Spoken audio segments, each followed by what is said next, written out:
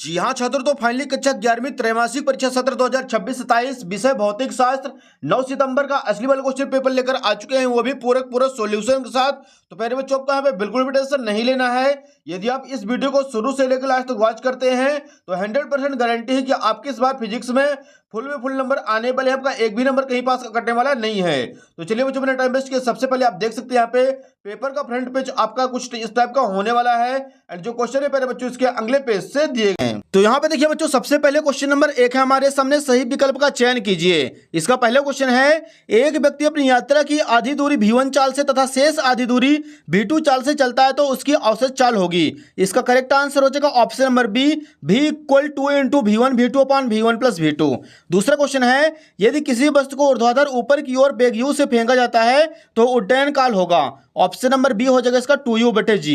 तीसरा प्रश्न है, यदि किसी स्प्रिंग को L दूरी तक खींचा जाता है तो उसमें संचित स्थितिज ऊर्जा 10 जूल बढ़ जाती है। यदि स्प्रिंग को L दूरी तक और खींचा जाए तो उसकी स्थितिज ऊर्जा कितनी और बढ़ेगी। इसका राइट आंसर हो जाएगा ऑप्शन नंबर ए, 30 जूल। चौथा क्वेश्चन है, पिंड की गतिज ऊर्जा के एवं रेखीय संवेग P में संबंध होगा। तो इसका आंसर हो जाएगा option number D, K = P² 2m। पांचवा प्रश्न है, निम्नलिखित में असत्य संबंध है। इसका करेक्ट आंसर हो जाएगा option number C, L = I α। छठवां क्वेश्चन है, पृथ्वी की सतह से पलायन वेग का मान पिंड के द्रव्यमान m पर किस प्रकार निर्भर करता है। इसका राइट आंसर हो जाएगा A = V ∝ m⁻0। तो बच्चों, जो क्वेश्चन नंबर पहला था अपना पूरा कंप्लीट हो चुका है। इसका आप लोग फटाफट स्क्रीनशॉट ले लीजिए। जो बच्चे सेकंड के लिए मूव करते हैं अगले पेज पर, यहाँ पे देखिए बच्चों, दूसरा क्वेश्चन है, रिक्त स्थानों की पूर्ति कीजिए। पहला नंबर 108 किलोमीटर प्रति घंटा = डैश। इसका आंसर हो जाएगा 30 मीटर प्रति सेकंड। दूसरा प्रश्न है, सदिश वेक्टर A = 6i + rj का मापांक 10 होगा। तीसरा प्रश्न है, बल का आवेग बराबर संवेग में परिवर्तन होता है। चौथा क्वेश्चन, किसी रोलर को खींचने की अपेक्षा ढकेलना कठिन होता है। पांचवा प्रश्न है, यदि कार्नो इंजन को 100 डिग्री सेल्सियस एवं 0 डिग्री सेल्सियस के मध्य कार्य कराया जाता है तो उसकी दक्षता 26.8% होगी। छठवां क्वेश्चन है, रुद्धोष में प्रसार प्रक्रम में शीतलन होता है। तो बच्चों, जो क्वेश्चन नंबर दूसरा था वो भी पूरा कंप्लीट हो चुका है। इसका आप लोग फटाफट स्क्रीनशॉट ले लीजिए। अगला देखिए बच्चों, यहाँ पे प्रश्न तीसरा है, सही जोड़ी मिलाकर लिखिए।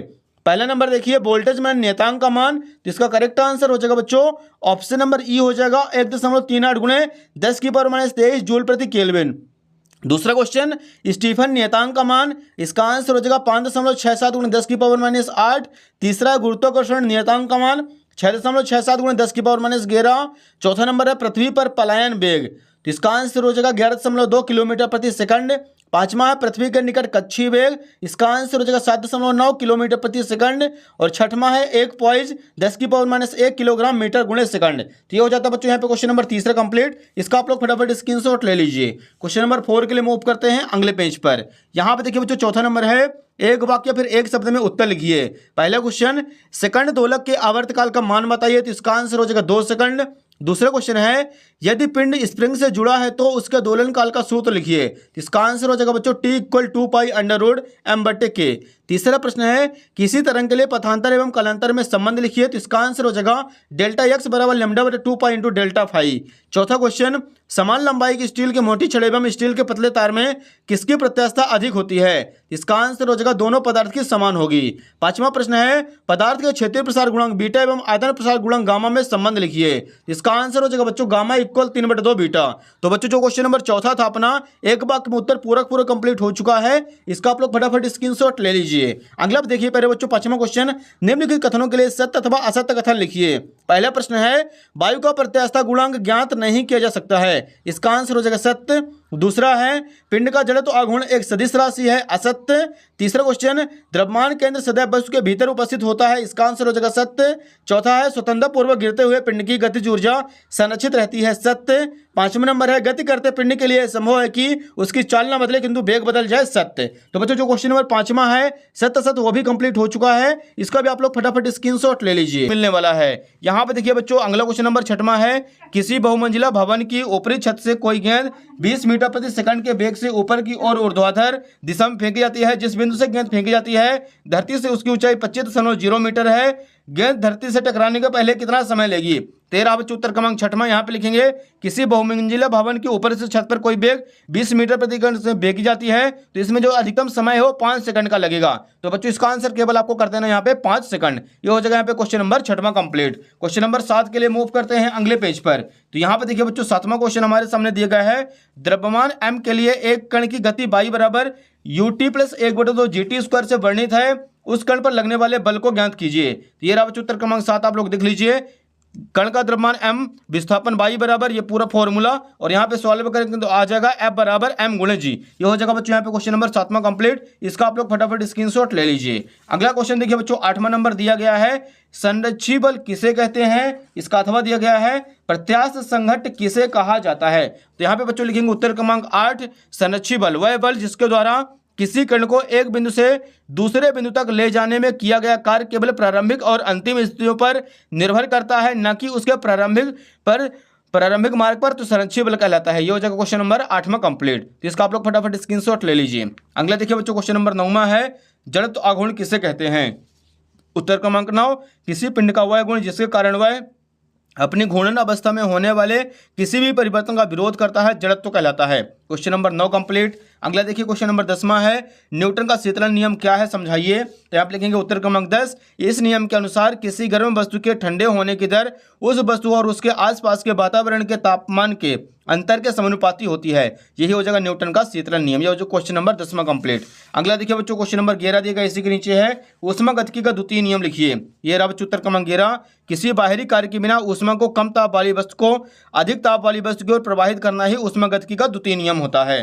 क्वेश्चन नंबर 12 के लिए चलते हैं अगले पेज पर। यहाँ पे देखिए 12 नंबर है, सरल आवर्त गति किसे कहते हैं।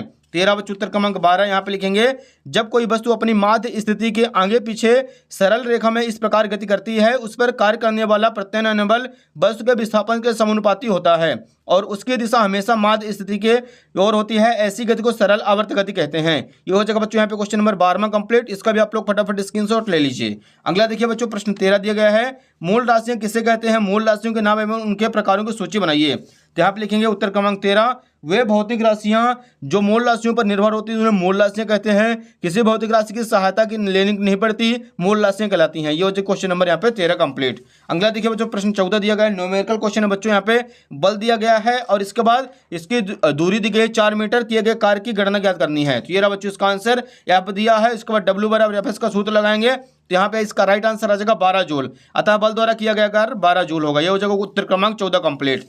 अगला देखिए पहले बच्चों प्रश्न 15 है, समतापी प्रक्रम में गैस प्रसार द्वारा किए गए कार्य का व्यंजक ज्ञात कीजिए। ये रहा बच्चों इसका व्यंजक, आप लोग पूरा आप लोग इसका स्क्रीनशॉट ले लीजिए। इसका राइट आंसर यहाँ पे आ जाएगा W बराबर 2.303 nRT log 10 P1/P2। ये हो जाएगा question number 15 complete. Question number 16 देखिए बच्चों, इसी के नीचे दिया गया है, यंग प्रत्यास्थता गुणांक, आयतन प्रत्यास्थता गुणांक एवं अपरूपण गुणांक को परिभाषित कीजिए। ये रहा बच्चों उत्तर क्रमांक 16। देखिए यहाँ पे हेडिंग डालेंगे, यंग प्रत्यास्थता गुणांक, प्रत्यास्थता की सीमा के भीतर अनुदैर्ध्य प्रतिबल और अनुप्रस्थ विकृत के अनुपात को यंग प्रत्यास्थता गुणांक कहते हैं। दूसरा नंबर है आयतन प्रत्यास्थता गुणांक, प्रत्यास्थता की सीमा के भीतर अभिलंब प्रतिबल और आयतन विकृत के अनुपात को आयतन प्रत्यास्थता गुणांक कहते हैं। तीसरा है अपरूपण गुणांक, प्रत्यास्थता की सीमा के भीतर अपरूपण प्रतिबल और अपरूपण विकृत के अनुपात को अपरूपण गुणांक कहते हैं। ये हो जाएगा question number 16 complete. Question number 17 के लिए मूव करते हैं अगले पेज पर। तो ये देखिए बच्चों यहाँ पे क्वेश्चन नंबर 17 हमारे सामने, ये भी बच्चों न्यूमेरिकल क्वेश्चन दिया गया है। इसका आंसर आप लोग देख लीजिए यहाँ पे, ये लीजिए बच्चों इसका पूरा का पूरा आप लोग स्क्रीनशॉट ले लीजिए। हो जाएगा क्वेश्चन नंबर यहाँ पे 17 अपना कंप्लीट। अगला देखिए क्वेश्चन नंबर 18 दिया गया है, पृथ्वी के तल के नीचे स्थित किसी बिंदु पर गुरुत्वीय त्वरण के लिए व्यंजक ज्ञात कीजिए। 13 बच्चों उत्तर क्रमांक 18 देखिए, यहाँ पे सबसे पहले लिखेंगे ux बराबर u cos थीटा, uy बराबर u sin थीटा।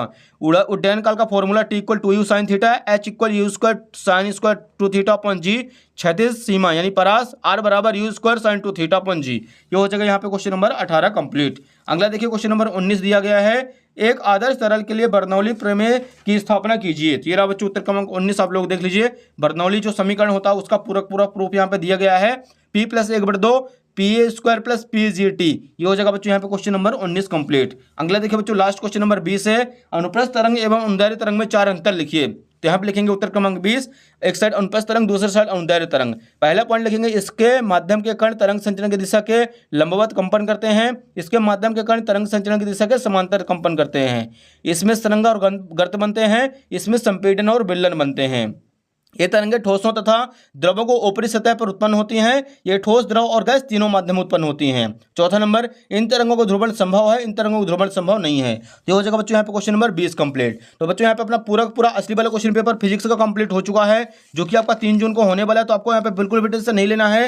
वीडियो को फटाफट शेयर कर दीजिए अपने सभी दोस्तों के मत, केवल क्योंकि आपको केवल असली क्वेश्चन पेपर इसी यूट्यूब चैनल पर मिलने वाला है, वो भी पूरा complete neat and clean solution के साथ। तो फटाफट वीडियो को अपने सभी दोस्तों के मत शेयर कर दीजिए। धन्यवाद।